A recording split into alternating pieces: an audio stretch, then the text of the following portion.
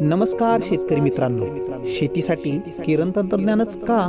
बघा, आज भरपूर रासायनिक खते वापरून देखील शेतकऱ्याच्या उत्पादनात वाढ होत नाही. रोगराई वाढत आहे, जमिनीची प्रत सुपीकता खराब होत आहे. शेतात पिकवलेल्या शेतीमालाची गुणवत्ता चांगली नाही. पिढ्यानपिढ्या शेती करून देखील शेतीत खूप अडचणी आहेत. या सर्व समस्यावरती एकच उपाय, किरण तंत्रज्ञान.